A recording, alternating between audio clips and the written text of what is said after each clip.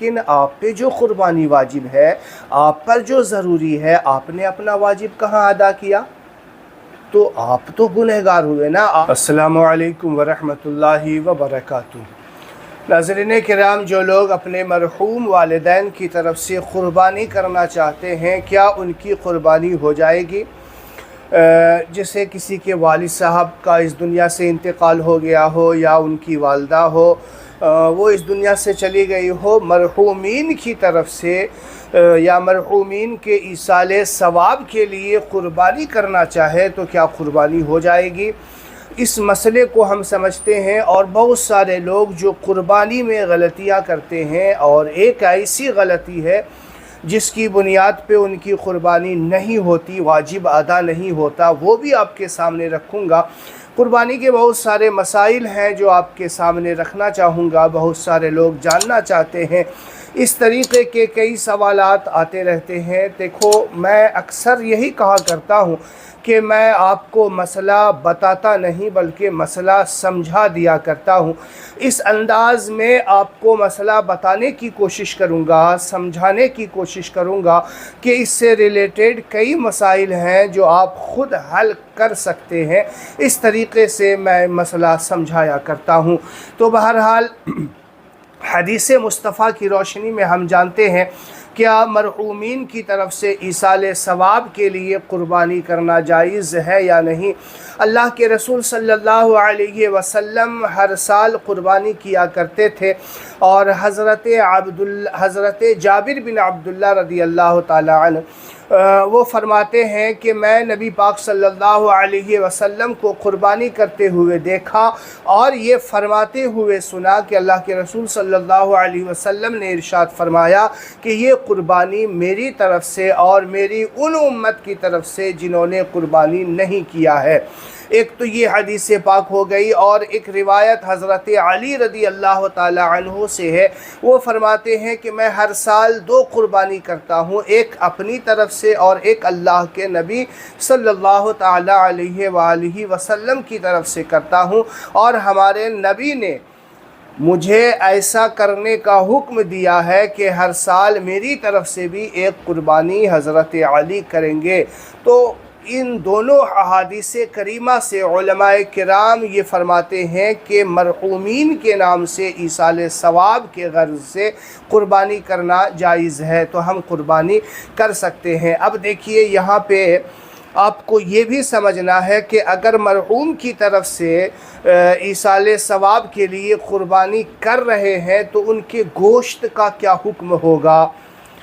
کیا ان کے گوشت کو بھی 3 حصے میں تقسیم کیا جائے گا، یا پھر سارے گوشت کو بانٹ دیا جائے گا؟ تو یہاں پہ آپ کو یہ سمجھنا بے حد ضروری ہے کہ اگر آپ مرحوم میں سے کسی کی طرف سے کر رہے ہیں، اور ان مرحومین میں سے جس کی طرف سے آپ کرنا چاہ رہے ہیں یا کر رہے ہیں، اگر مرنے سے پہلے انہوں نے آپ کو یہ وصیت کر گیا ہے کہ میری طرف سے قربانی کرنا، مرنے سے پہلے جس کے نام سے آپ کر رہے ہیں ان مرحوم میں سے کسی نے آج جو ہے آپ کو یہ وصیت کیا ہے کہ آپ میری طرف سے قربانی کرنا، اگر وصیت کر گئے ہیں تو پھر آپ جو قربانی کریں گے ان کے سارے گوشت کو صدقہ کرنا ہوگا۔ جس مرحوم کی طرف سے آپ قربانی کر رہے ہیں اس نے مرنے سے پہلے آپ کو وصیت کر دیا تھا کہ میری طرف سے بھی قربانی کرنا ہے، تو پھر اب یہ گوشت کو، سارے گوشت کو آپ کو صدقہ کرنا ہوگا۔ اور اگر وصیت نہیں کی ہے بلکہ اولاد ہے، اپنے والد کی طرف سے، والدہ کی طرف سے قربانی کرنا کر رہے ہیں، اور پھر اپنی استطاعت کے مطابق کر رہے ہیں، تو پھر اس گوشت کو جو ہے آپ جس حساب سے 3 حصے میں بانٹ کر کے غربا، مساکین، رشتہ دار اور اپنے لیے بھی رکھ سکتے ہیں۔ یہ مسئلہ ہے، یہاں پہ آپ سمجھ لیے۔ بڑی غلطی جو ہوتی ہے وہ بھی آپ کو بتانے جا رہا ہوں، اس سے پہلے آپ یہ بھی سمجھ لیجئے کہ قربانی کس پر واجب ہے۔ जब आप ये समझ लेंगे तो फिर आपको जो गलतियां बताऊंगा वो आपको आसानी के साथ समझ में आ जाएगी। कुर्बानी किस पर वाजिब है, कुर्बानी कौन कर सकता है, ये चीज़, ये मसला बेहद ज़रूरी है हमारे लिए समझना।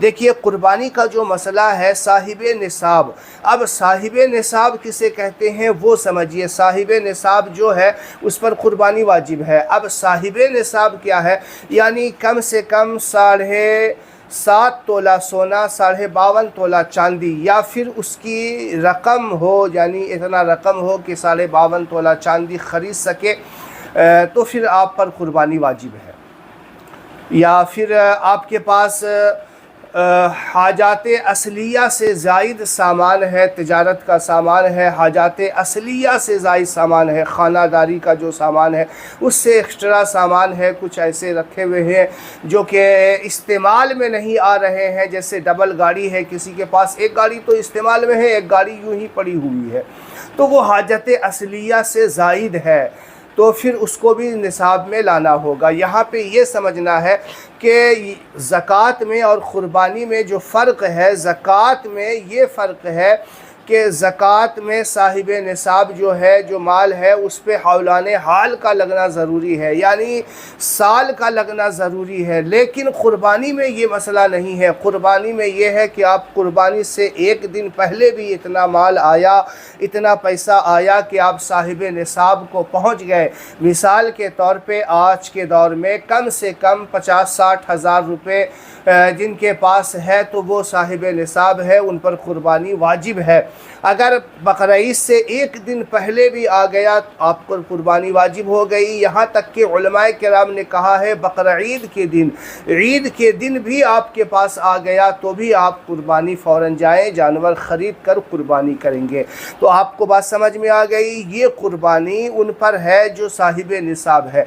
अब यहाँ पे जो गलतियाँ अक्सर लोग करते हैं वो आपको बता देता हूँ। बहुत सारे लोग ऐसे हैं जो कुर्बानी हर साल करते हैं लेकिन खुद का वाजिब अदा नहीं करते, गुनहगार हो जाते हैं। कई लोग ऐसे हैं, इस साल अपने नाम किया, आपकी जो आप साहिब निसाब है आपके नाम से कर लिया, आप बरी उस ज़िम्मा हो गए। अब अगले साल क्या कहते हैं कि पिछले साल तो मैंने अपने नाम से कर लिया था, इस साल मैं अपनी बीवी के नाम से, अगले साल मैं अपने बच्चे के नाम से, फिर अपने वालिद के नाम से, इस तरीक़े से वो करते हैं। तो अपने नाम जिस साल किया वो तो हो गए, लेकिन अगले साल आप अपने बच्चे के नाम से कर रहे हैं, या अपनी बीवी के नाम से कर रहे हैं, या अपने वालिद वालदा के नाम से कर रहे हैं।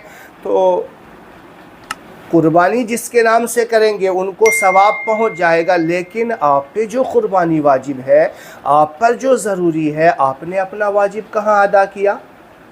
तो आप तो गुनहगार हुए ना। आपका जो वाजिब अदा नहीं हुआ, वाजिब को छोड़ने का जो गुनाह है वो तो आपको मिलेगा ना। बहुत सारे लोग कहते हैं नहीं नहीं ऐसा कैसे हो सकता है, अभी हमारी वालदा ज़िंदा है, अभी हमारे वालिद ज़िंदा है, तो मैं अपने नाम से कैसे कर लूँ? एक ही कुर्बानी है तो मैं अपने वालिद की तरफ से कर लेता हूँ। हालांकि वालिद बूढ़े हो गए, उनके ज़िम्मे कुछ नहीं है, सारी ज़िम्मेदारी, सारे रकम को आप अब जो है उस पे कुंडली मार के बैठे हुए हैं, सारे माल पे आपने अपना हक जमाया हुआ है और क़ुरबानी अपने वालिद के नाम से कर रहे हैं और अपने नाम से नहीं कर रहे।